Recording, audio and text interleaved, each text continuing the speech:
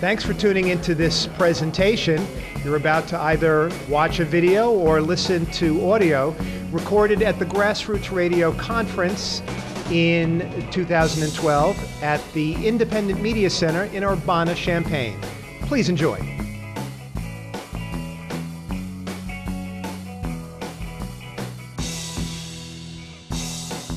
Welcome everyone to the city of Urbana. This is our city hall.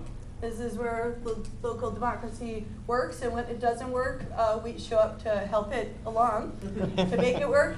I want to thank the city of Urbana, and especially Jason Liggett and Urbana Public Television.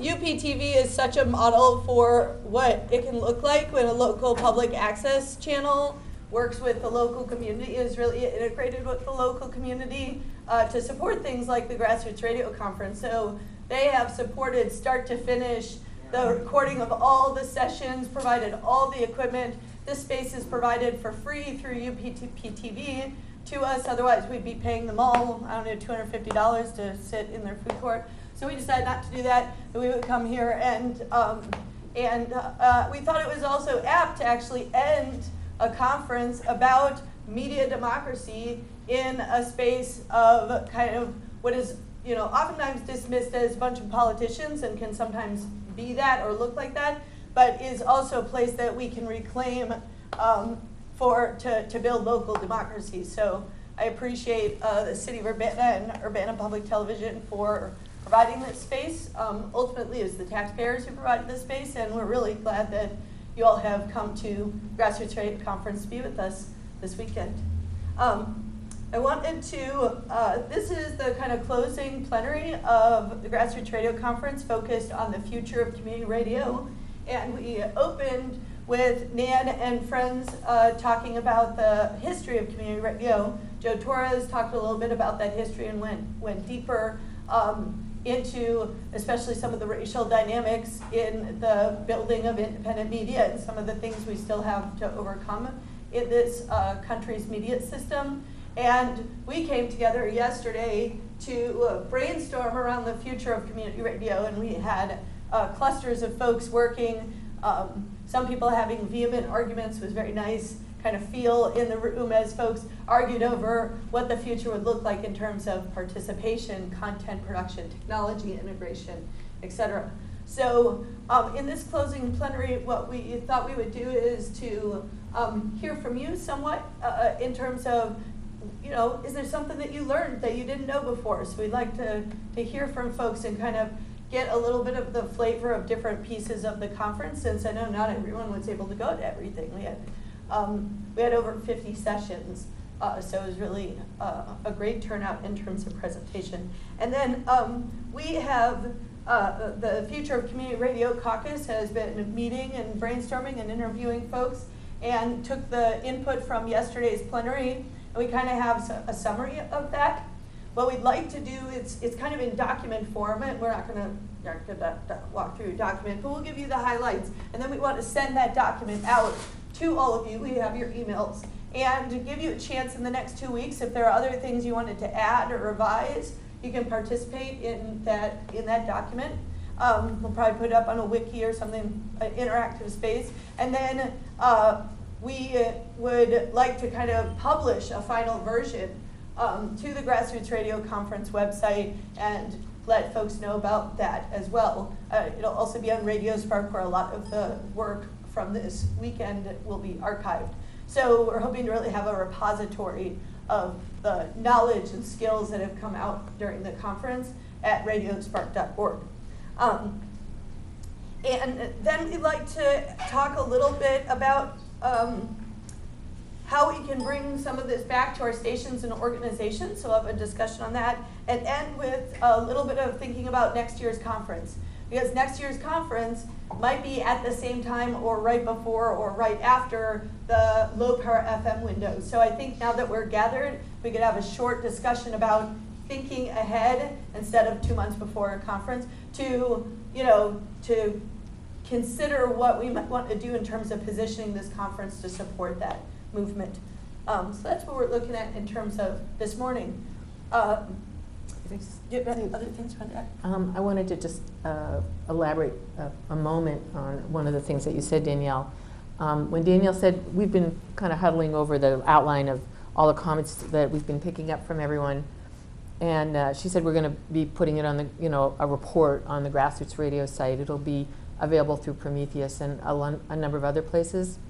But what I wanted to add to that was, first of all, it's not like a final document. This is really a work in progress. All the stuff we're doing is a work in progress. But what's going to be critical about this progress is, I think we're all really conscious of what kind of critical challenges the whole system is facing and that the country is really facing. And we want this document to be useful. We don't want to just say, we had a good time in Urbana and here's what people said. So we'd like to actually ask people to think seriously about how should we use this information? How do we use what we've been talking about to try and bring it back to our stations and to other places throughout the system where we can really turn it into something useful for us to move forward. Yeah, great, thank you. And so we're going to open actually with showing a video of what came out of some of the youth track. Club Freestyle worked over 2 sessions yesterday and produced a short video. And as Jason is queuing that up on the big screen here, I just want to thank the core organizers of the Grassroots Radio Conference, a lot of folks who worked sometimes behind the scenes, but with a lot of labor and love went into creating this conference. So if you could stand up, Austin McCann, who was our core organizer.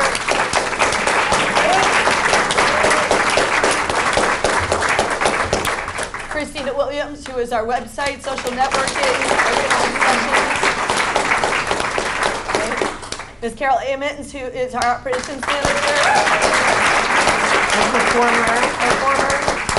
Is Alex in the room, or did he just crash because he's so tired? Okay, we're going to clap for Alex because he was our AV support. He both opened and closed, and just give a hand to Aaron, who emceed Speak Cafe. Chris Rizzo, who wired the production room and did all the technical support. You didn't know this, but you had 2 ways of accessing the internet from the IMC, and it's because of Chris. So he did a huge amount of work in the final hours. Am I missing anyone else who? Oh, yes, Jeremy, who is responsible for the food. Oh, yeah.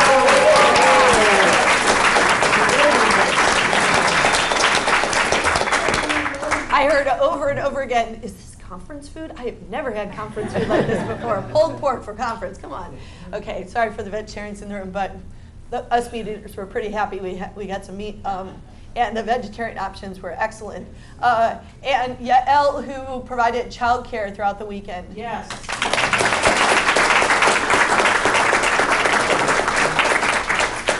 Along with Tanya. So thank you so much. Yeah, Tanya is an AmeriCorps member who also supported childcare. I could go on at length. There's actually a whole longer list. Chris Evans, who's walking in, who did all the signage, et cetera, et cetera. So I want to just thank the IMC and all the volunteers. Great. So next we're going to see a short video.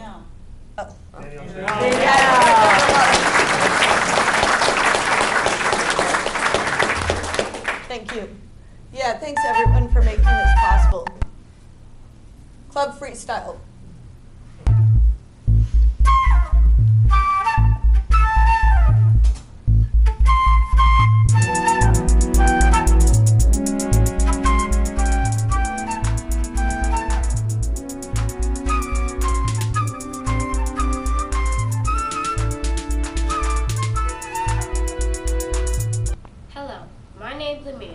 I'm going to tell you why you should have a foundation for orcas, aka killer whales. So you've seen all the bad things about killer whales, like Orca, the movie, incident of the killer whale killing the girl and almost drowning the man. It was because there was a baby in the tank. It's actually killer whales are loving and love to protect their family. What is your name? My name is Tanya Sims. Are you enjoying yourself? So far, I am enjoying myself. My primary job has been childcare, but I've also helped out with registration.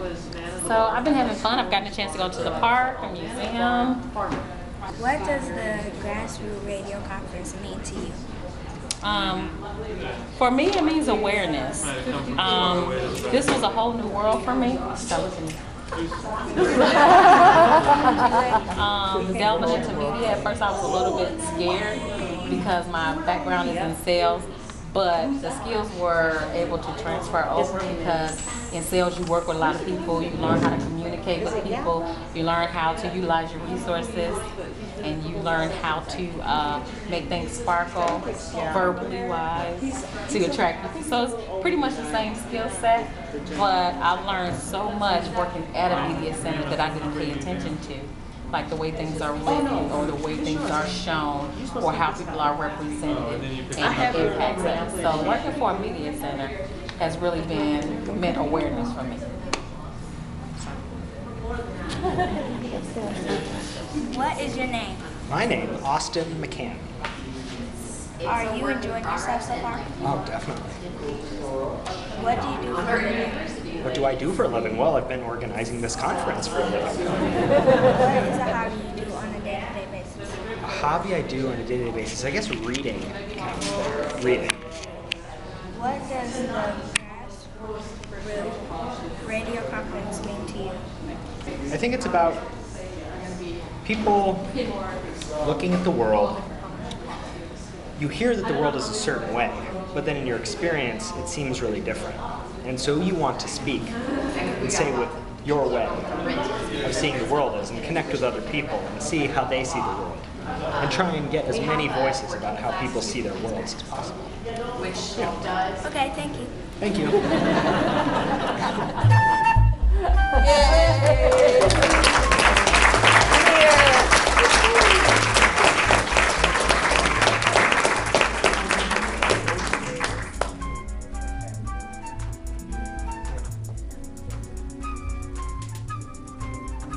So I'm going to pass this to the MC, and we're going to ask folks if you could share some highlights. Particularly the question is, what is something you learned that you didn't know before, some insight that you got from coming to the conference? We'll just kind of pass around and get a little bit of popcorn about what people saw. And if you could do it on mic, that would be great so that the folks who are going to watch on UPTV could benefit from hearing that. How long do we have in here today? We're going to be here for a full hour, but this piece will just be about 10 minutes. I just want to make sure Ken doesn't take up the whole 10 minutes in his comment. So, who should I come to first? Who wants Maybe to share something? either raise your hand or stand up. Tell us your name and speak to the mic. Where you're from. Tom Clammer from Kansas City. I have a show on KKFI called Tell Somebody, and I remember 5 or 6 years ago hearing about the Indie Media Center that you folks acquired a post office and set something up, and I just think I'm just hugely impressed with what you've got going on here, and I hope we can bring some of the lessons of that back to Kansas City, and if there's somebody I can talk to for more information about that this year. I wish we could get a couple hundred Kansas Cityans to come here and tour the place and start thinking about what we can do. Thank you very much. Hi, my name is Nick Clark. I'm from Rochester, New York. I'm working with a group called Rochester Free Radio. I'm a producer. I have a program called That Really Neat Radio Show. The thing that I'm coming away with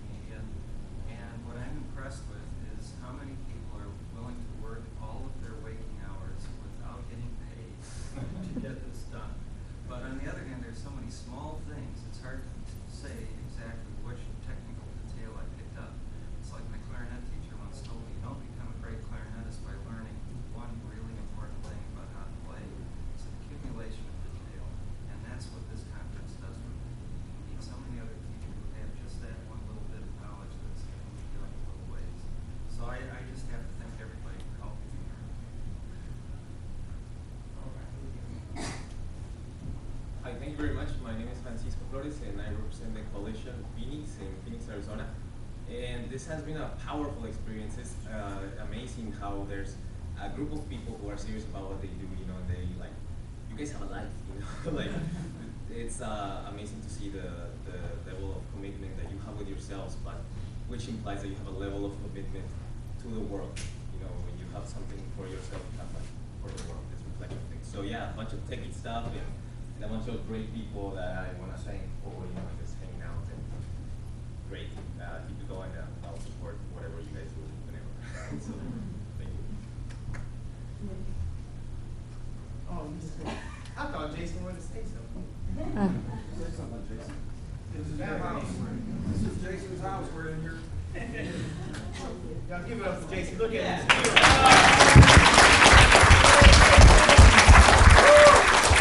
Mic check, mic check. Is that better? Yeah. All right, all right. So who we have next? Make sure we move around to this side of the room. Okay. Can we have for some ladies? Yeah, I was about to say, come on, When you raise your women folk. Come on, jump up, Vanessa. You did?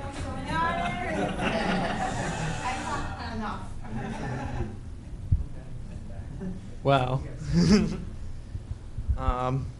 First, I'd like to say that in a way, Jason did make a statement by facilitating everyone else's statements, you know. And then I'd like to say that this is not exactly like where I focus my efforts in the struggle for justice, but it's really exciting to see the vast variety of forms that the struggle for justice can take.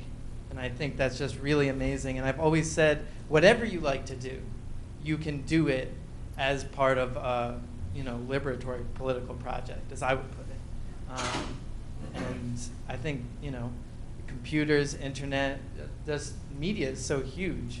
And a lot of people who are interested in media think that it isn't consistent with radicalism. I have friends who are out in LA making movies because that is what media is to them. And I'm really glad to see a different perspective on it here. Here we go. Sarasota, Florida. Arlene Sweeting, WSLR LP in Sarasota, Florida. And you know, I think one of the most important things that comes from these conferences every year is just the people connections that we make and the resources that we get to share with each other. But I really appreciated the opening plenary session on the history of community radio. I think that's really important to know where we came from and to take a look at where we're going, and also appreciated having Joe Torres share his research that he has done for his book. I need to go to the other side of the room.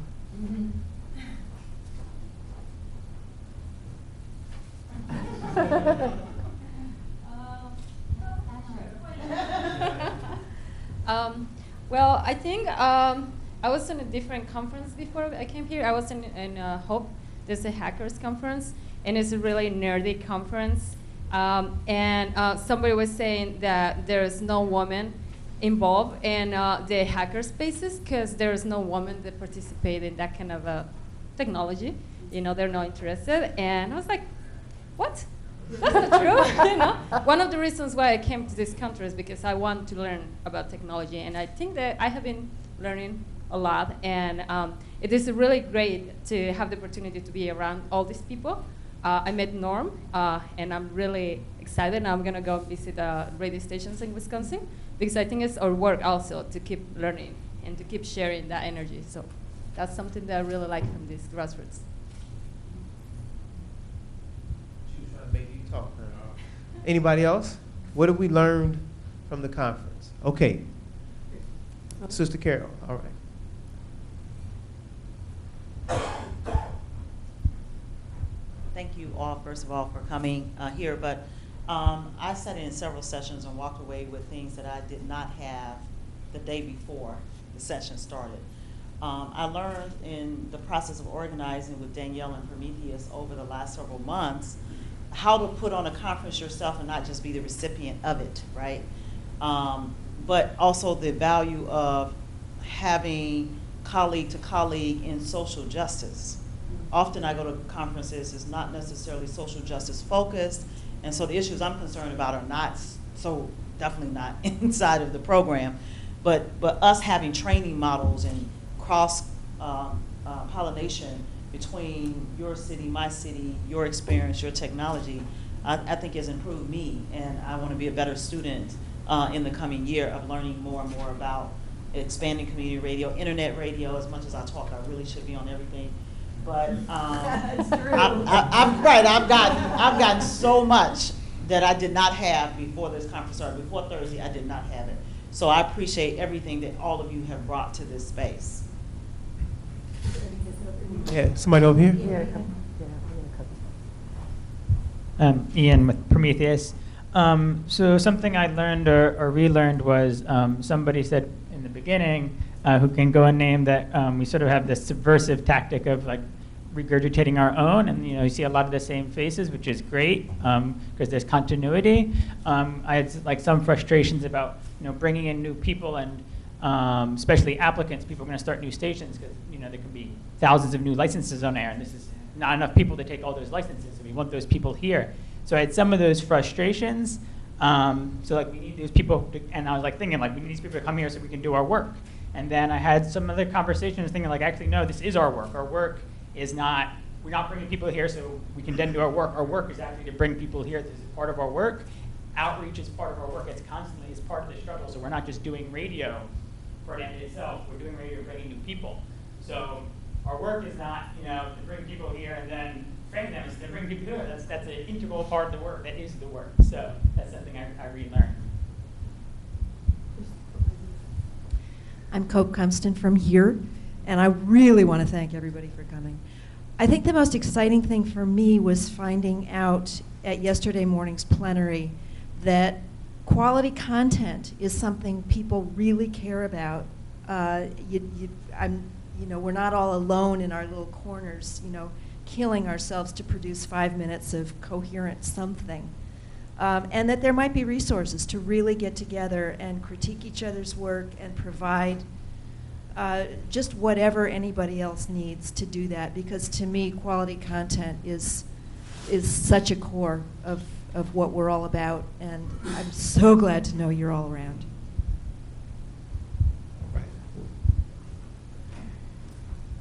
Well, I just want to dovetail on the Prometheus goal and hopes, dreams, and desires. And one of the hopes, dreams, and desires, as I see it, that fits right in line with that plan, is every single one of you in this room go out and at least discuss this with 2 people in your community. At least 2. And that's the way we're going to be able to get the message out and to build stronger community radio coalitions. That's the only way I can see it being done. It's upon us to share this with the rest of our communities. So when you go home, remember that and remember to share it. Share this experience because it's a lifetime opportunity and it's a life-changing opportunity for everybody. Well, this is my 2nd year, and I love it. I mean, just the knowledge that you get from vast amount of people, and everyone is inclusive, so I feel very welcome. I feel like home. I mean, I love it here. I got to drive 7 hours back to Omaha, but I got so much knowledge and business cards and connections, and then also future projects that we're going to be working on through this experience. So I can't wait till next year, and so we can kind of update each other on what we've been doing. And also I want to thank all the facilitators that spent time, that researched to bring us all the knowledge that they brought to us. So I really appreciate you. My name is William King, 1690 AM, the one out of Omaha, Nebraska. We're a Part 15 station. It's not for long. Well, we're applying for that 100 watt for sure. But we're gonna keep the Part 15 because we don't have no rules in regards to FCC. So I like to be rule free. So the only rule I like God and my mama. So. There's just 2 more hands. I would pick those 2 and I wanted to say like a little comment. Enough women there for you? Yes, thank you. I'm Sharon Scott. I'm with WRVU Friends and Family in Nashville, and also working on a new project called Art FM for Louisville, Kentucky. Just wanted to say this is my second GRC, and last year I came to GRC in Kansas City trying to save a radio station. Made so many incredible, contacts and resources for that we're doing a kick-ass job. Who knows what'll happen, but what I really learned there is that, not only could our mission to save the station be furthered, but we could actually start our own, and we didn't necessarily need this other station we know that was controlled by another entity. We could do it ourselves. So that was the greatest thing I learned last year, and spent the past year gearing up for that. And now with the help of Prometheus, Norm Stockwell, everyone else, we'll be getting our online station on the air September 19th. And just thank you all so much for all the support you've given us to do that. And Prometheus, a special thank you to you guys. I don't know if you all know they had a scholarship that brought myself and Gavin, and I don't know who else here. So anyway, I just had to give a big shout out for that. It was awesome. And thank you guys for making this possible. Learned a lot, of course. I learned something. Oh, go for it. My name is Douglas Arellanes, and I'm coming here from the Czech Republic, even though I'm a graduate of KCSB in Santa Barbara. What I was going to say is that I do a lot of work with community media organizations worldwide. And like one of our latest projects is in Sana'a, Yemen. And we do a lot of work in places like Minsk, Belarus, and places like that. And what's been really neat about this conference is that usually when you're in your own sort of your own environment, it's really easy to feel isolated, and it's really easy to feel like the problems that you have are yours and yours alone. But what I love about this conference is being able to meet up with so many different kindred souls, all the open source geeks. For example, the people doing all this wonderful work on the hardware side of things. And it's this wonderful interaction that has been so encouraging for me and for Source Fabric to be able to be part of this. I'm just really grateful for it. So thank you for that.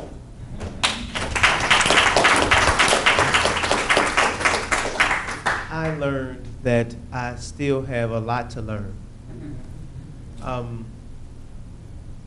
Just technology and stuff, I still write my poems.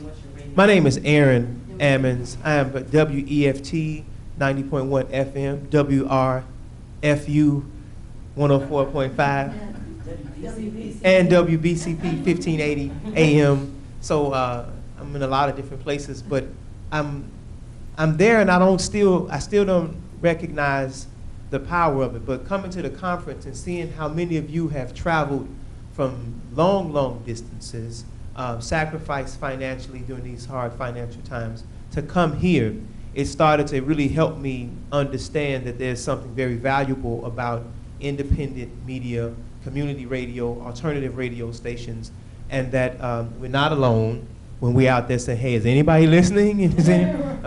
And wanting people to call in. So I'm looking forward to the opportunity to stream our radio program all over the country that Anna's going to help us do, and Brother William is going to help us do, and working with Lena, the African American Women in Politics. So we're going to find ways, and my house guest, our house guest, Antoine Faisal, we just had wonderful human conversation about life and just about where he's from. That was very enriching for me as well. So I got a lot out of the conference, and I had a great time.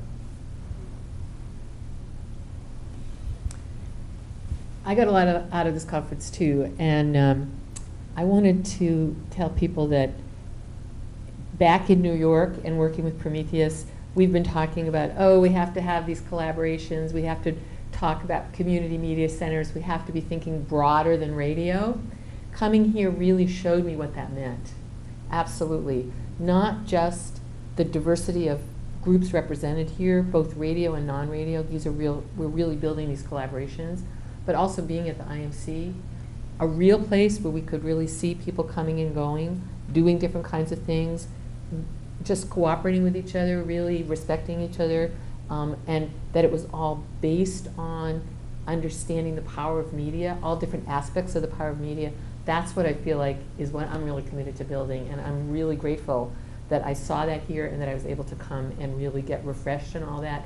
that it's not just this abstract concept, that on the ground it really has a lot of power. So thank you, and thank everyone for being here and really showing what kind of power we have when we really pull together. Awesome. Thanks everyone for sharing. So we're going to do a quick recap of the Future of Community Radio Caucus, and I'm actually going to start with Norm Stockwell, who is one of the founders of the Grassroots Radio Conference, and a piece that we're going to insert into the document has to do with the history of the GRC. So I'd like for him to start, just say a few words about the history of the GRC while Jason pulls up the PowerPoint presentation, and we'll take it from there. Thanks. Yeah, I sitting here reflecting, you know, we started the Grassroots Radio Coalition in 1996. And I really want to tip a hat to the people that were integral in creating this organization. Marty Derlin from KGNU, Kathy Melio from WERU, the late Vicki Santa from WMNF, Christine Ahern at WJJF joined us later, Elizabeth Robinson at KCSB, Bear up at KMUD. The Prometheus folks were involved early on. And you know, GRC was created initially as a response to something that was happening in our movement. The NFCB, National Federation of Community Broadcasters, was created in 1975 in Madison, Wisconsin to represent the interests of community radio. And we felt that that organization was sort of drifting from its initial path. And we thought there really needed to be an organization that focused on the grassroots nature of community radio. And when I say grassroots, it's not just about the grassroots connections between us, but also the grassroots connections into our communities. And we wanted something that focused on volunteers, on the needs of volunteers, and on building the movement as we move forward. And I think that this organization very much did that, addressing a lot of issues that later became incorporated into the NFCB's agenda.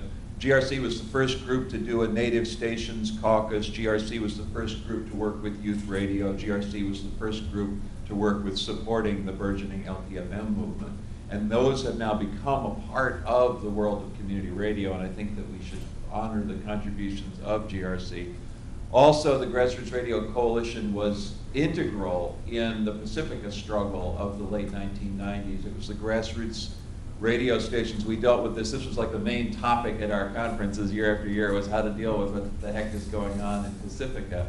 And from that, I think we were able to rescue that huge, rich treasure of community radio that dates back to Lou Hill in 1949 that could have been lost at that time. You know, to paraphrase the old song, community radio is a constant struggle, and we've been struggling so long, this must be community radio. I think that what the GRC represents is this kind of looking forward, and I've been just so impressed, especially in these last couple of years, at looking at how GRC has embodied all of the new media, the indie media, the community media, and community technology aspects of what we do. Right now, we're poised at a very interesting moment in our history, because we as community radio stations need to keep supporting that legacy technology of broadcast radio, because we still, in many communities, provide the last mile. We're the people that can reach the rural listeners that don't have broadband. We're the people that can reach you in your car. We're the people that can reach you with this transistor radio during the hurricane. And so community radio as a broadcast technology remains vibrant and is growing with things like the low power FM window that's coming up, the growth of community radio around the globe right now. But we also need to be looking at these new technologies, the web, social media, whatever the next thing is over the horizon that we don't have a name for yet. And that's what's happening here now, with all of these groups coming together here in Champaign and moving forward into the future. And so I think that it's a tremendous set of shoulders that we stand on as an organization, and a tremendous future that we move forward into. So thank you.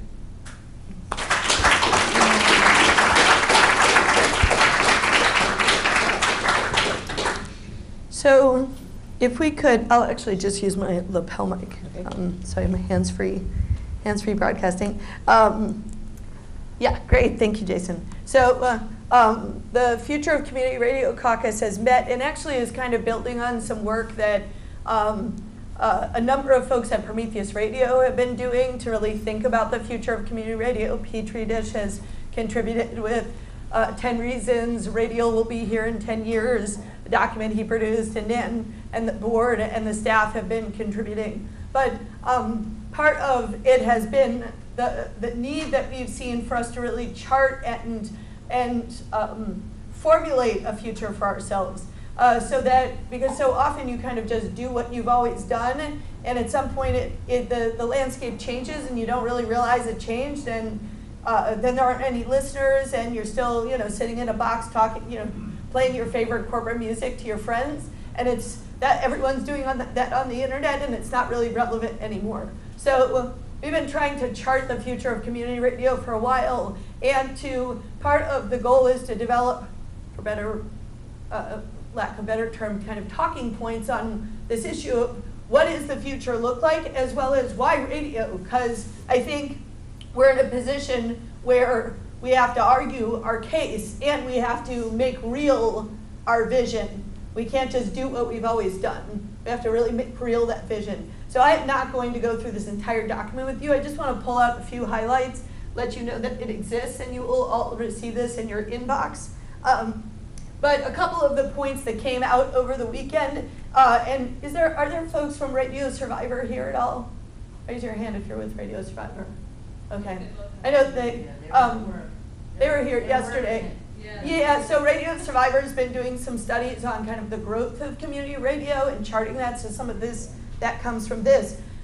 As we know, thanks to all of us and everyone across the country who worked on the local Community Radio Act, we do have the opportunity to reclaim a slice of the airwaves, especially both in rural and urban areas, and that is going to come up in this next year, likely. So we're really encouraging folks to get the word out across the country. Okay, I'll step off my soapbox. I also do outreach for Prometheus. So, but this kind of, and it talked about the 4 waves of community radio. Pacific ethnic and minority station, the first round of LPFMs, and the full power NCE stations of the 2007. Now we're facing this 5th wave where we'll see a potential doubling in the community radio stations in the country. It's up to us if we see that, by the way, because we have to get the word out. There's not some big sugar daddy that's funding this thing like some of our competitors have, so we need to let folks know it's coming. But Radio Survivor has pointed out that as commercial radio is floundering, I mean, how many of you actually listen to commercial radio? I mean, it's hard. I mean, it's so filled with advertisements and it's so fast. It's like I don't even want to call it the same thing as community radio. I do think we actually have one of 2 of the surviving Black-owned radio stations. I'm looking for in town here that has a different tone than the other commercial radio stations owned by the big conglomerates, but a lot of those small players are gone, and it's really this kind of like factory farmed music coming at us.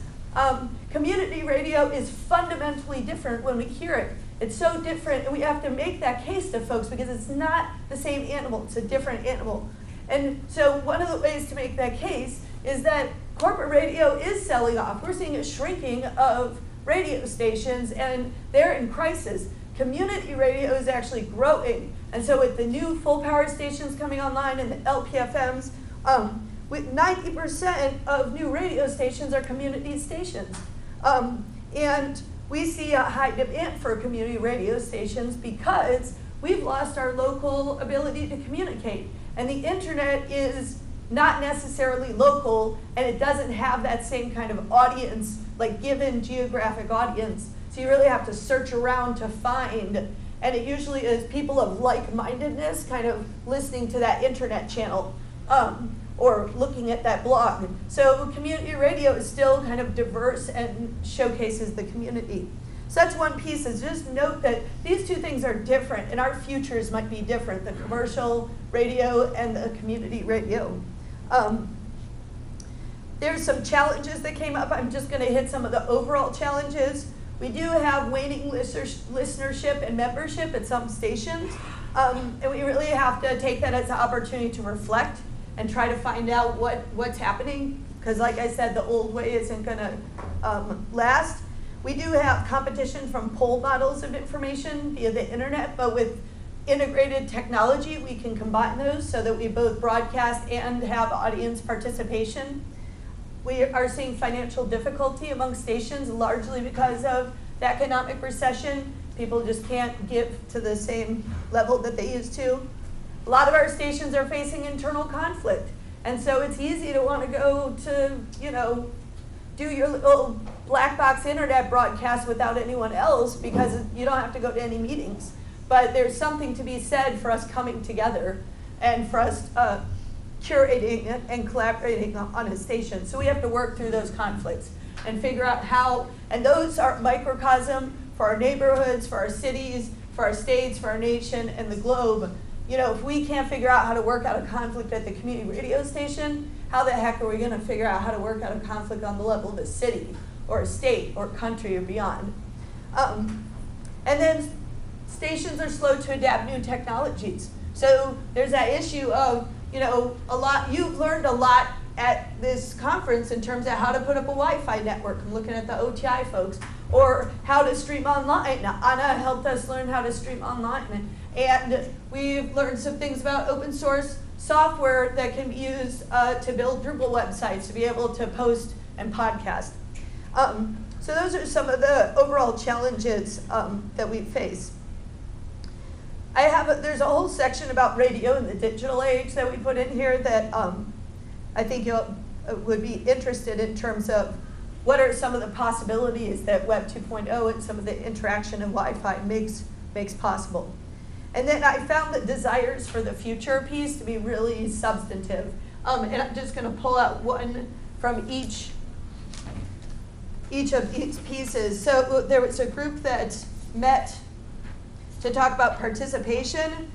One of their false statements, their desire statements, was that community radio moves into abandoned spaces, like the post office, fixes those spaces up and heals our communities. The content group talked about programs that are cross-media and cross-platform. And we learned, if you went to Jeff Shaw's piece about TV on the radio, how to produce a video piece with your radio production. And so a la Democracy Now! And others, we can go that direction and really be producing cross-platform. The governance group had a couple of good statements. We have effective conflict identification and resolution. That's sweet. And the good of the many supersedes the opinion of one. Also something we should learn in kindergarten, but we don't. So we have to learn it in our community radio stations. To learn it on Star Trek. A group working, designing around diversity said, we listen for unfamiliar voices. It's kind of a different tack on we're multicultural, or we have a lot of people with a lot of different colored faces. It's actually, you got to listen for the unfamiliar voices. They may come from places we don't expect. The sustainability group said, there is a community foundation, or I'd add foundations, that fund a fund to assist collaborations between social justice groups and community radio. I know Robert Wood Johnson Foundation, Dan shared, did this with healthcare programs. We could do it in other arenas as well. There's also an interesting, the sustainability group talked about commercial radio must give a percentage to community radio. I think that's a great idea. And I think there's some precedent, looking at Petrie, Argentina? France. Venezuela, thank you. France. And France. And then there's models of future of community radio, so you all may want to take a look at that piece. There was about 25 different kind of citations. And then the final part had to do with talking points around why radio. And really, I think we need to kind of have those things in our back pocket when we're talking with folks. And so I would encourage folks to kind of get your chops up and help people in your stations kind of get their chops on the issue of why radio. Because as a fundraiser for community radio, that is the main thing that I need in my back pocket. So if you're working to fundraise for your radio stations, but also if you want to talk to folks in the community who don't necessarily get the power of radio, I think being able to talk about, you know, how 90% of Americans still listen to radio once a week, and the average household has 5 FM receivers. And what do you have to pay to receive radio? What's your monthly subscription amount? 0, exactly. Only 26% hear a webcast. So radio is still very popular, and I feel like if we're able to put real content on the air that matters to people, it will remain viable for years to come. Radio has how many buttons? What, 20 million buttons? And you have to have be browser specific and cross-platform. How many buttons does radio have? I'm looking at Andy. 1. And we got a volume control too. So we got 2 knobs. You got 2 knobs, frequency and volume. Exactly.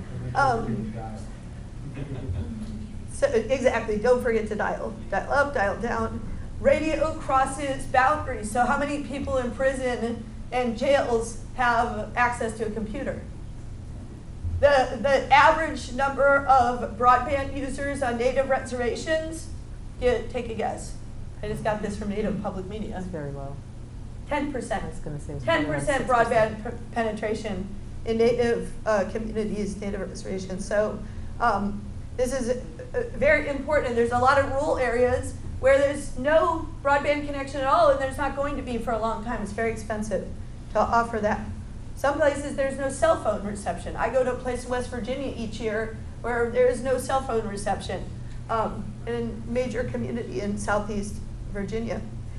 Low power radio keeps people connected during emergencies, and this is a frightening thing about cell phones and the internet. You know, when the power goes out, how do we communicate? And if we can't communicate, who controls the situation? So communication is so important to maintain democracy, because as we learned by reading the shock doctrine, you know, there are folks, conservative forces at play during emergencies to really take advantage of those opportunities, to institute martial law, to redistribute resources to the 1%, et cetera. So radio is really not only a plan A, it's also a plan B in those cases. Localism matters more now than ever, and I think our community radio movement would do well to connect with. I mean, I'm glad Jeremy's in the room, and some of the folks who work on like slope food, local food, you know, the red herring, which is the reason why we ate so well this week. It's largely due to our co-op restaurant in town, and really trying to make those connections with local co-ops and local food providers. Media is a kind of food and nourishment, and we need the local media, so connecting with that. And then I know Petrie's brought up in his document the importance of privacy, and the fact that when you tune into a radio station, no one's checking your IP address to know that you're listening to that radio station, and yet that same kind of privacy is not afforded on the internet. So we want the internet, we want a free and open and diverse internet, we want radio, we want a diverse ecosystem. And if we put all of our eggs in one basket, we don't have that diversity of an ecosystem, and I think it'll be easier to kind of control and manipulate without that diversity. It's also, as Coalition of Immokalee Farm Workers wasn't able to make it to this conference, we really hope they could join us.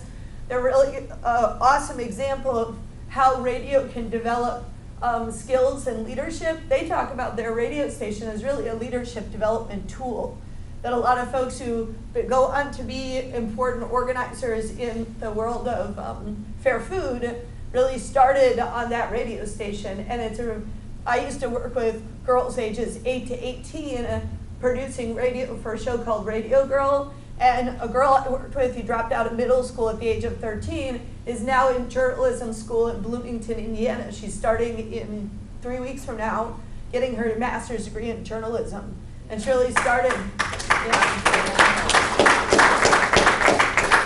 So, you know, having that kind of youth programming is so important for folks to be able to get their hands on the radio, and a lot of folks who don't feel like they have any place to speak. And I mean, I would maintain youth have less rights than almost any other category of people in the United States. You know, immigrants are close to that, but really, you know, they don't have freedom of movement, freedom of access. They can't post information in their schools. I mean, we really have put them in a lockdown kind of situation as a society, and then we expect somehow that they'll know how to democratically govern themselves when they hit 18. It's just kind of chaos from 18 to about 30 when you finally figure out, you know, what the world's about. So community radio is a good place for folks who are, you know, before that 18 mark, when they're still in lockdown in so many different institutions, to be able to have some freedom of movement and maneuver.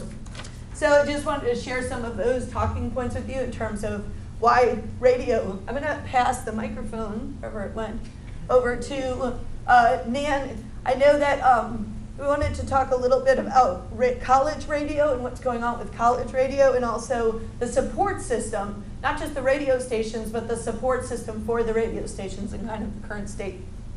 Thank you. I'm just going to touch on these things very briefly. We heard a little bit ago from Nashville, and there was a really good session yesterday about the situation with college radios.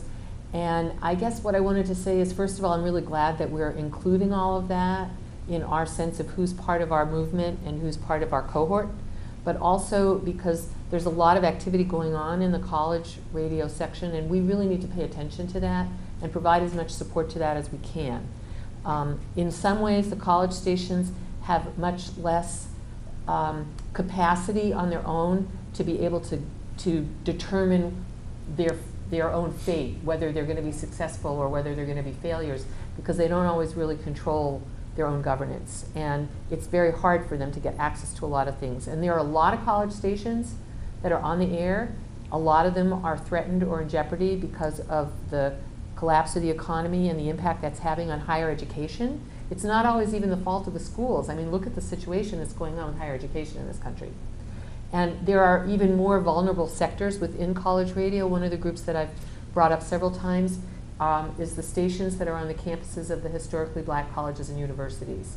Those colleges are even more fragile and even more in jeopardy, and those stations are in just as much danger of being lost, but they're more invisible because they're not included in any integrated fashion within the public radio system. And as you can see, they're not groups that we've had particular relations with. Some of us have individual relationships with those stations, but they're not a particularly strong caucus in and of themselves. And I think that it would be good for us to be able to reach out to them and also start paying attention and seeing them as being included in all the activities going on.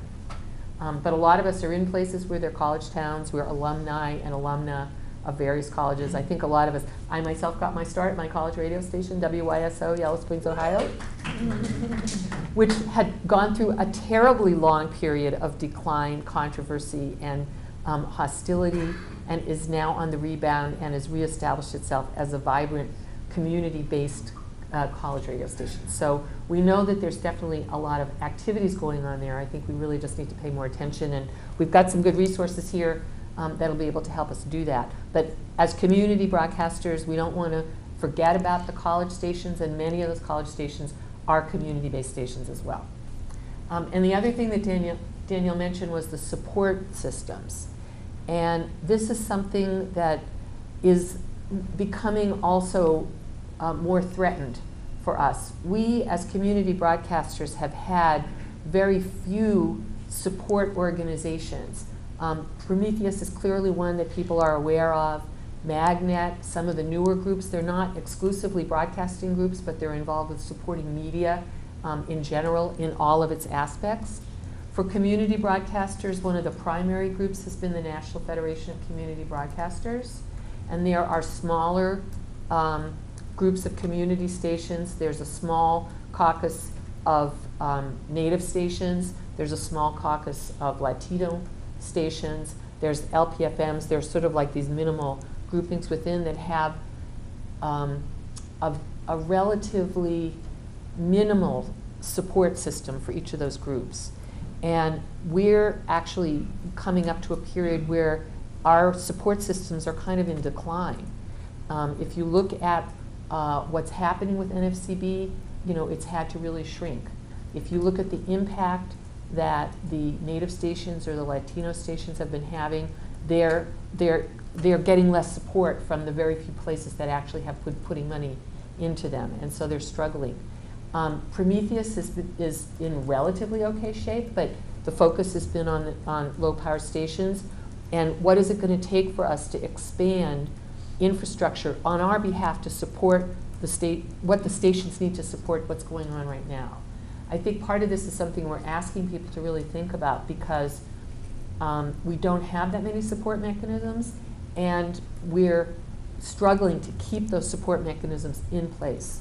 It'll be really, really hard if community radio loses its ability to be visible within the public broadcasting system. Whatever you think of CPB or public broadcasting, it's appropriate for us to be at the table and to make noise there. And if we're not there, what does that mean to our ability to stay viable locally, and also to look at sustainability, and even to just to keep our networks in place? So it's a challenge for us to think about these support systems. It's not sexy. Providing technical assistance, providing advice, doing outreach, trying to raise money to have it go back into station development, to make sure that we're supporting lawyers, to know that there's some engineers available to help us. This is not sexy work, but it's really, really critical. So I guess part of this is to say, we're really glad people are aware, and there's been a lot of visibility here at this particular grouping, but this is not a big group. We need to have stronger support systems within our mechanisms, and we've got to be thinking about how to make that happen and how to keep it in place. We don't have any answers to it, but we're going to be struggling around that, and we may be asking you to, kind of give us feedback on it and help us figure out how to structure it in a way that makes sense. Because it's like NFCB is a membership model. Prometheus is not a membership model, but Prometheus doesn't always even ask people to support things that maybe are possible to support. It's just kind of looking at those questions. What kind of support do we need, and how are we going to keep it in place? Thank you, Nathan. And so, I'd like to take a few minutes to see if there were things kind of in the future of community radio report, big things missing or things that you wanted to add to that summary. You'll have an opportunity to also do that when the document's sent out, but I wanted to, I'm going to hand it to Aaron and ask him if he could play the MC. We should definitely have Ursula. Yeah. See if she would. We'll come. It's easier to go left right now.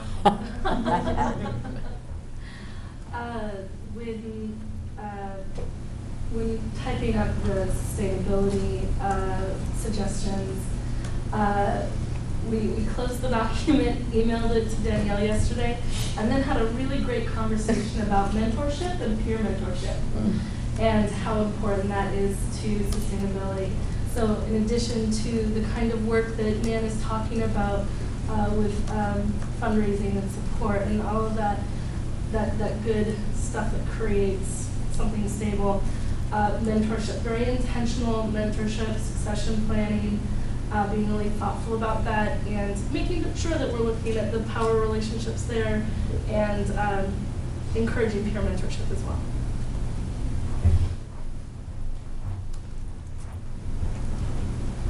Hi, I'm Ursula, and I think this thing's working. I think it's on. I guess there's two things I want to add. One is that I know that Pacifica is famous right now for its problems, but despite that, the fact is that the affiliates network for Pacifica is a very stable support system, because acquiring content and being able to work cooperatively with other community radio stations is a important element for community radio stations, and the Pacifica network does provide that. And it never turns any station away because of lack of funding. So we're really serious about providing the kind of support that new stations need, as well as old stations and floundering stations. So we do fashion it as a cooperative support system. The other thing I wanted to say was that I wanted to add this. I'm not sure exactly where it belongs, but 2 years ago, no, last year, no, 2 years ago. Anyway, I can't remember. I'm sorry. 2 years ago at the GRC last meeting, we brought up the issue of whether the GRC as a body would endorse North American official membership in AMARC as a region. And the body overwhelmingly voted at that time to endorse it. When a number of us were in Argentina 2 or 3 years ago at the international conference. The question arose because North America is not officially part of the International Community Radio Association. And a number of us were down there, and we were wondering whether we should propose this. Pete was there, Norm was there, I was there. I don't think anybody else was here, but a relatively large number of North Americans were together. And we decided that we were not really entitled to make this decision anyway. So we would go back to North America and find out whether the major media institutions agreed. Now, GRC 2 years ago did say really unanimously, yes, they thought that we should join AMARC. This year, the NFCB, the proposal was brought to them, and the NFCB adopted it as well. What I would like to add here to this agenda is that the GRC recommend to stations that they join AMARC, so that we begin the process of connecting to the international world of community radio. Ursula, why don't you just explain what AMARC is? Okay. AMARC is the International Association for Community Radio, and it covers most continents of the world and is divided up into different regions. And they meet about every 4 years with a global conference, and then there's various other conferences that are more regionally based. And it's really kind of the place where everybody meets to talk about what community radio means globally. And it's very, very closely tied to the democracy movements in the world. In fact, it's probably the same thing in most cases. So it's an amazing, amazing organization because it's really a collection of the democracy movements in the world. And I think the reasons why North America is not included are historical, but I feel that at this point, or I think many of us feel at this point, history is bringing us together, and there's many reasons for North America at this point, North American Community Radio, to make that connection with these other parts in the world. So if you're interested, the website is amarc.org, A-M-A-R-C. And but I would like to kind of put that in the agenda that if you go to the website and you look at the membership fees, it's ridiculously low. I mean, ridiculously low, like less than $100, for most small stations. So I would just like to add that to the thing, that we begin to make that move into participating internationally. Ursula left out that the headquarters for AMARC are in Montreal, and all their materials are in English, French, and Spanish.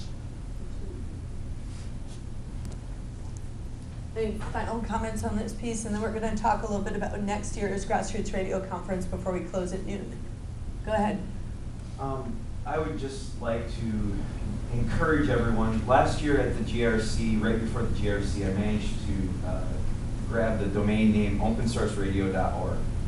And at that point in time, we really saw all this scattered information about community radio, but no central place. So at the GRC last year, we had a couple of discussions about how we can use that site, how we should form it, and out of that, I've created a wiki space there as well as forums. And I really, really plead with everyone and encourage you to go back excuse me, to your stations, gather up your documents, join the forums as a support mechanism, help others out that post questions to the forums. The site's skeletonized. Create a page for your station. List, list everything about your station. List your staff. List your phone numbers so that a new station can contact you and ask you for help. Put up product reviews. Put up your programmers' handbooks, your bylaws, all the stuff that someone could look at and pick through and say, okay, I can build a community radio station because I have the recipe from all these parts that are here. And I have many examples to pull from, because what works in one community doesn't necessarily work in another. So I really encourage everyone to go home, go to opensourceradio.org, go to the wiki, sign up, create a user account, and start contributing content. And if you can't get the wiki thing figured out, email me. If you just use the standard email for contacting opensourceradio.org, it comes to me, and send me your documents. I'll get them posted. So. Okay, could you have the Vanessa and Anna?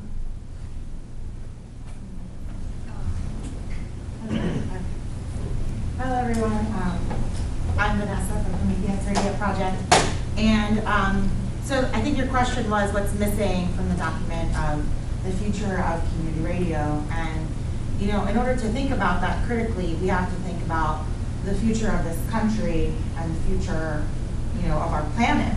And the reality is that the demographic of our country is changing rapidly, and it's no secret that there's a huge generational difference here in community radio. There's not a lot of youth or people under 30, you know, that are part of community radio. And so the future largely depends on transferring these skills. And I have this huge fear that a lot of people are gonna retire and disappear and die out, and that there's gonna be a huge brain drain. So it's our responsibility to share these skills with younger people.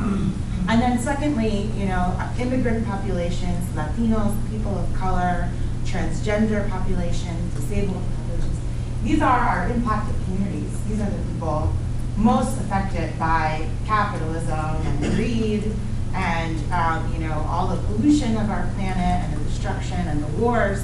And you know, we need to change the way that we outreach to them and try to be more inclusive. And I want to challenge all the stations out there, you know, not to just diversify your programming.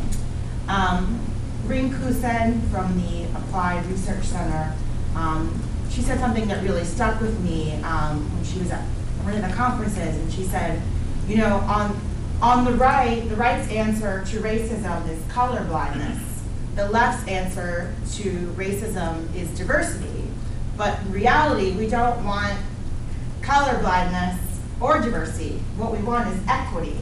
And equity means the ability to partake in the decision making, to set our own agendas, not just to have a seat at the table for representation, but to actually have a say.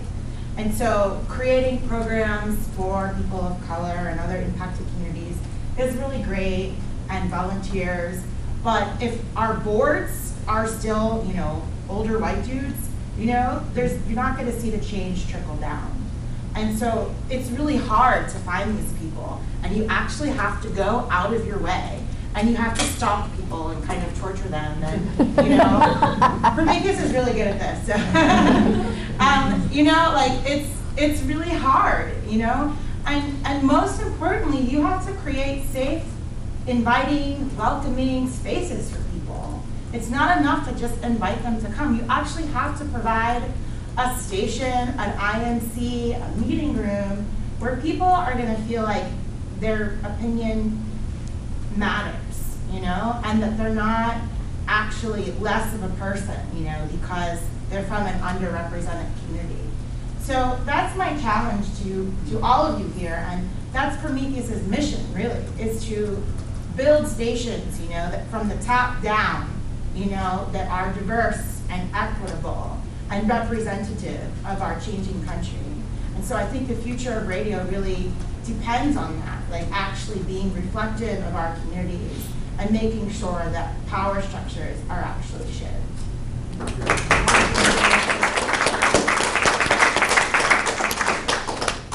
I was just going to say also that in Prometheus we're brainstorming in how we can support new applicants that want to create new radio stations, and the idea of having a forum, I mean this conference, you know, is an opportunity to have that communication face to face, you know, and actually meet the person, you know, that has the expertise, you know, that can help you, that can provide advice. But we don't really have the chance to go to conference all the time.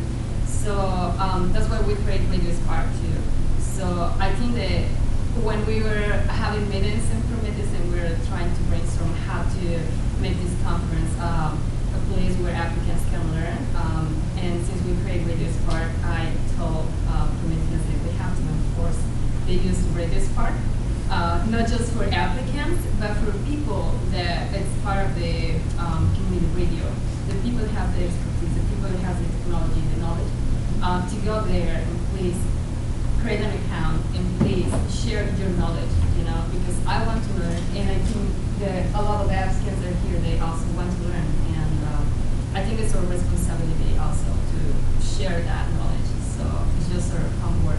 Go back to your community radios, create an account, and please provide the advice, and you have resources also, whatever, mixer experience and filling application for LPFMs. Please go there and share your knowledge. Yeah, there's 309 members of Radio Spark so far. We just hard launched it a few months ago. And all of the things that we've been able to document this weekend are going to be available on Radio Spark, and it's really a great networking space for the news stations and the historic stations to support each other. So we strongly encourage you to use that tool in addition to other tools that are available in the kind of support ecosystem. Let's see. I wanted to see if we could close by talking about next year. This is a place where I don't have any particularly good or bright ideas, but I'm looking and wondering if, since we're kind of taking notes from this conversation, if we could, since we have a short amount of time, and I don't think we're going to try to make decisions in this space, if we could maybe popcorn suggestions for next year's Grassroots Radio Conference that could be passed on to the hosts, including potentially suggested hosts. Because I think knowing a year in advance is nice. Go ahead, Norm. A couple of things about the mechanics of creating future GRCs. We have a listserv that we started back in 2005 that's maintained out of, thank you. We have a listserv that we started in 2005 that's maintained out of Portland, Oregon, and usually the host will provide all the emails of everybody who attended the conference to that listserv, and then if you don't want to stay on it, you can opt to unsubscribe, but you'll be automatically subscribed, and then that listserv is one of the ways that we interact with each other about planning conferences, as well as a lot of other things going on in our movement. The other thing that is worth noting, and you mentioned it earlier in the weekend, is the scholarship fund, which is replenished each year by the host station and passed on to the next station. In terms of proposals for future locations, oftentimes a station will be at the conference and stand up and offer themselves to do so. I don't know if there's any here right now that are ready to do that. But otherwise, I think that you're absolutely right that we need to put out an immediate call, because the more time a station has in advance to prepare for one of these things, the better of a conference it will be. Before we proceed, I did want to remind people what Danielle said earlier, which is that we don't know yet what the calendar is going to be for the FCC next year, but it's very likely that we'll be in the middle of some stage of organizing around LPFMs. That may not affect many people in the room. It will have a big impact on Prometheus, and that means it could have a big impact on certain levels of participation in the GRC if the GRC is held in the middle of the summer.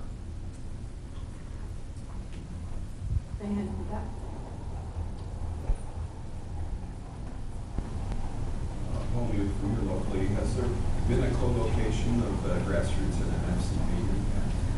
NFCB? There has not been a co-location of Grassroots and NFCB. NFCB will be in San Francisco next year. First, all right, so Norm, stand up and say that again. Maybe we might want to think about doing something and piggybacking onto that. So next year, the first weekend of June is going to be the Alliance for Community Media, which is the PEG Channels conference, and the NFCB co-located in San Francisco.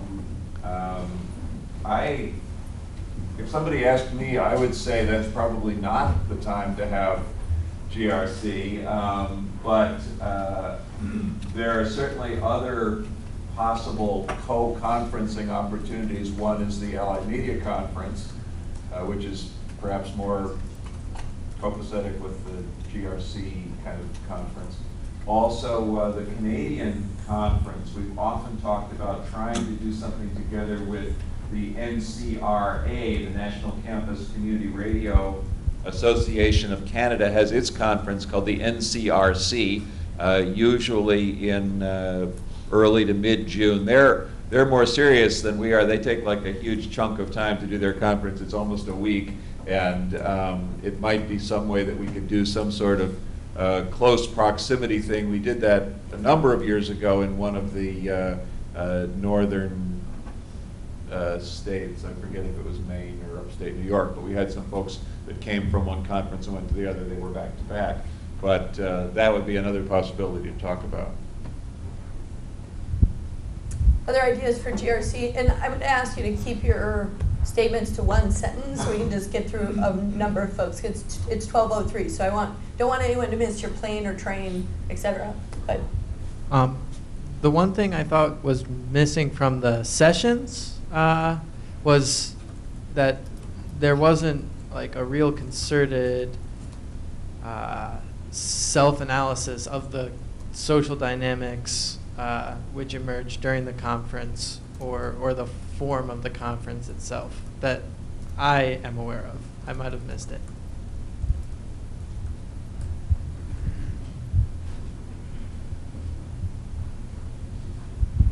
Excuse me. Speaking from an engineer's perspective, all us engineers would really like to get the LPFM window out of the way before we have a conference, in that all of us are going to be completely maxed out up and through the window, trying to get everybody that's interested all squared away for their applications. My son would like your shirt.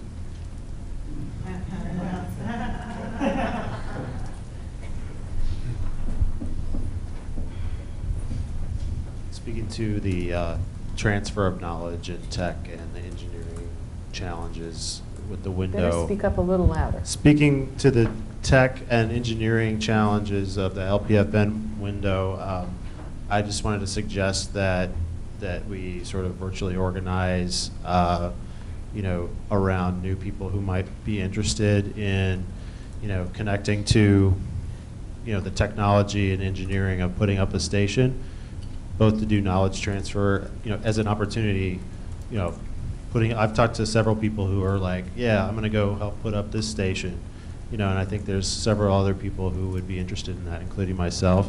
For me, for instance, I'm taking more than one sentence and I'll stop, sorry. But maybe we can organize around like adding some new tech people to either sides of the issue, like computer tech versus LPFM tech. Don't forget to sign up for Radio Spark. yeah, and can I just underline? We can go ahead and pass the mic because that went while the mic's being passed. So if hundreds of stations are going to get on the air, Prometheus is definitely not big enough to help all of them. And so this is a really important point that there's going to be a lot of stations getting on the air that need a lot of support. There's a lot of specific expertise in this room to do that. So if instead of thinking, oh, Prometheus has got it, they'll do barn raisings with 900 stations. I don't know, if you can like talk to Gates Foundation for me and convince them, then maybe, but otherwise, and we'll just hire y'all, but that's probably not going to happen. So what will need to happen is for folks to really be thinking of themselves as potential barn raising teams or support systems for those new stations. Or others, go ahead, Petrie. I would just echo what Norm said, the CRTC, right? NCRA. NCRA. The Canadian Association, I've been to their conferences once or twice, and they're actually fantastic, and they're pretty much covering almost all the same sorts of things. And they're super fun, and just like most things from Canada, they're just a little different in like a really mind-bending way, like when you're talking with Canada. So I think that's worth exploring. And then another thing to think about that made me think of is that we have another border that perhaps we could be thinking about working with some of the social movements or AMARC of Mexico. especially considering some of the focus that we've been putting on Spanish language radio in the past couple of years, and the rising role of Spanish language radio in community radio. That might be another place where we might have a collaboration much more challenging, much more complicated for about 1 million really bad reasons mostly, but also ambitious, and being ambitious is something that can really be good for community radio.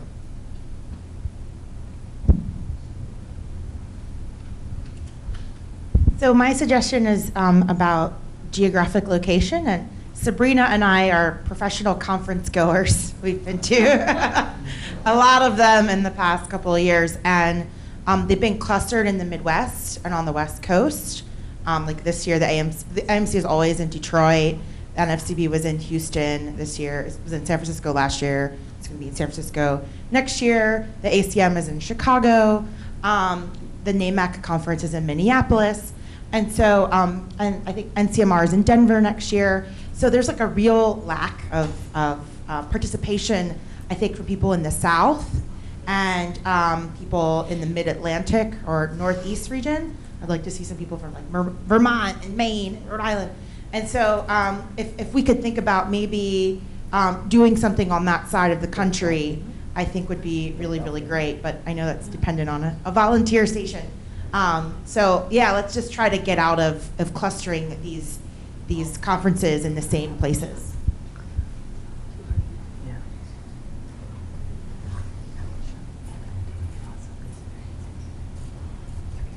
Hi. As we don't forget our roots, let's not forget that we're like flesh. So why don't we stretch like between a couple of things? I think it would be really the what?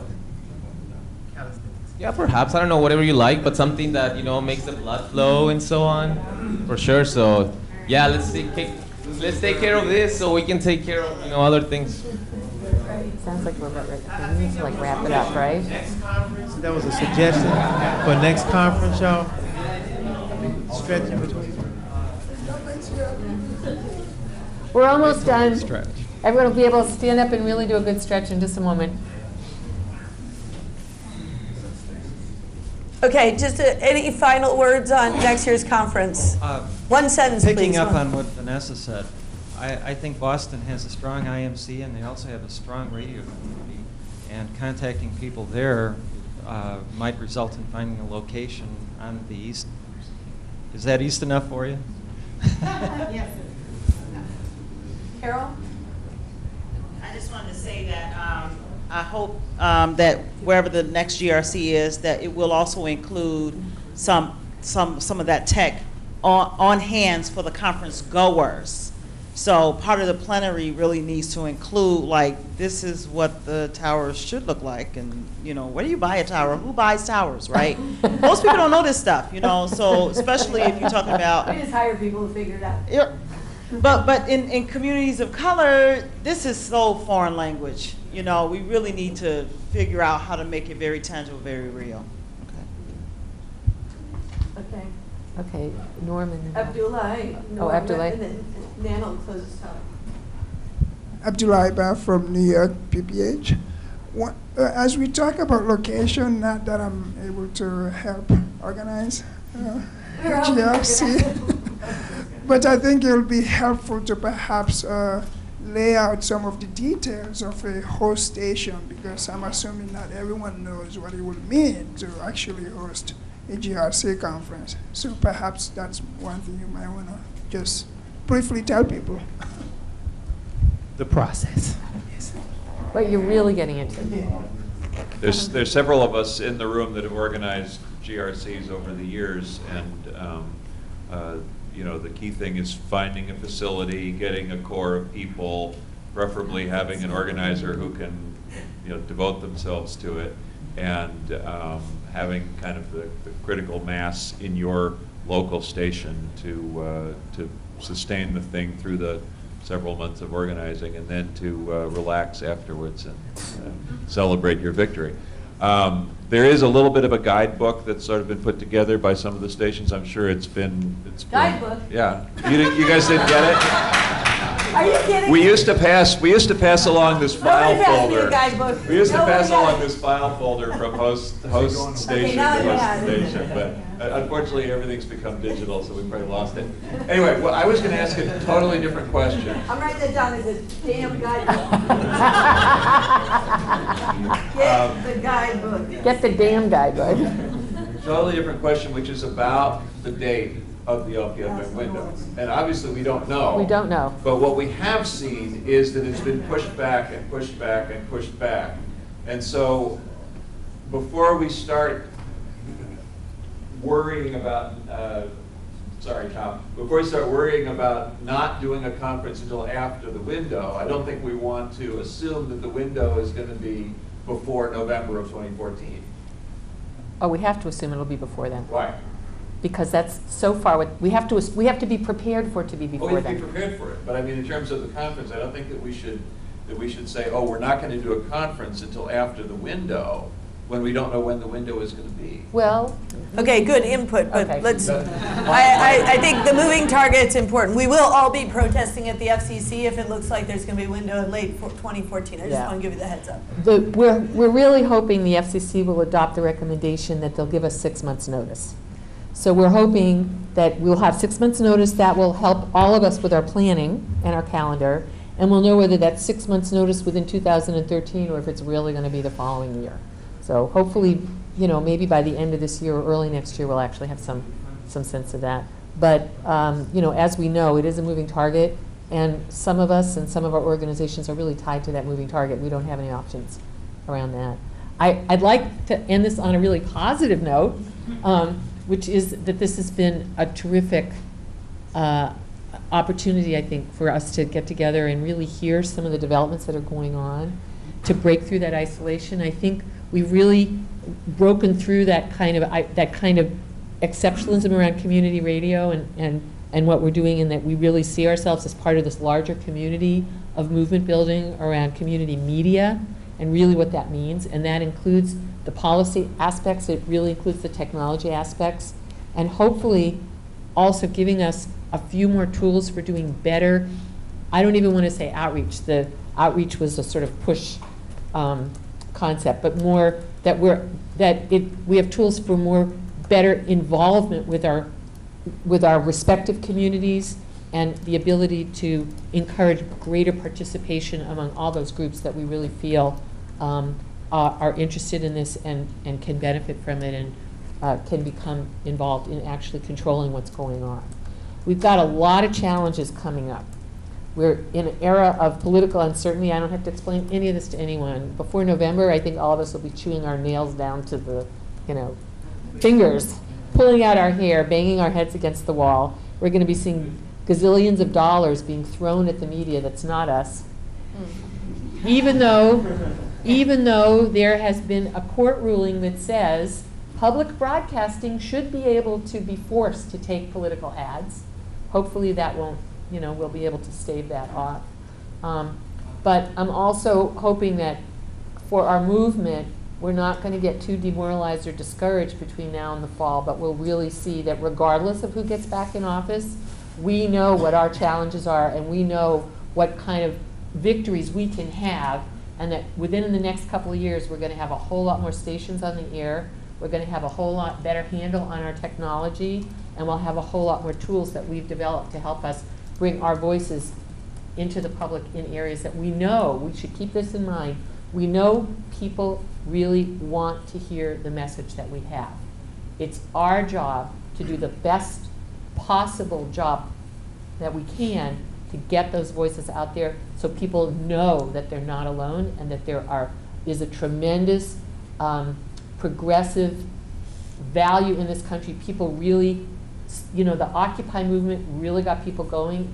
That is what we represent in terms of media, and we have the responsibility and I think the commitment to keep it going, and we'll have some more victories going forward.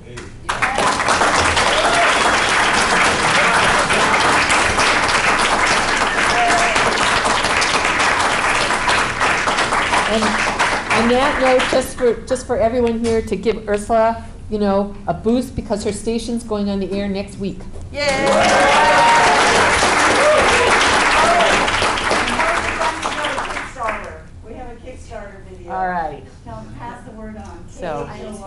So, and it's great to see, we'll see the birth of this radio station, many radio stations going into the future. If you want to help get the word out about how to start radio stations, we have a community radio toolkit. So I'm going to put that on the back thing there. Grab one, it'll help you to connect with outreach. I also would love to see a show of hands of anyone who still has time in town to help with cleanup. We have a lot of tired organizers who would love to get some help with cleanup back at the IMC. Just a raise of hands. Thank you so much for helping to be the cleanup crew. We're going to meet. Austin will be the point person. We're meeting back at the Independent Media Center. If there's a lot of hands, it'll make very short work. Thank you so much for coming and being part of this year's conference. Austin, thank you. You've been watching or listening to a presentation recorded at the Grassroots Radio Conference 2012 at the Indie Media Center in Urbana, Champaign. Thanks.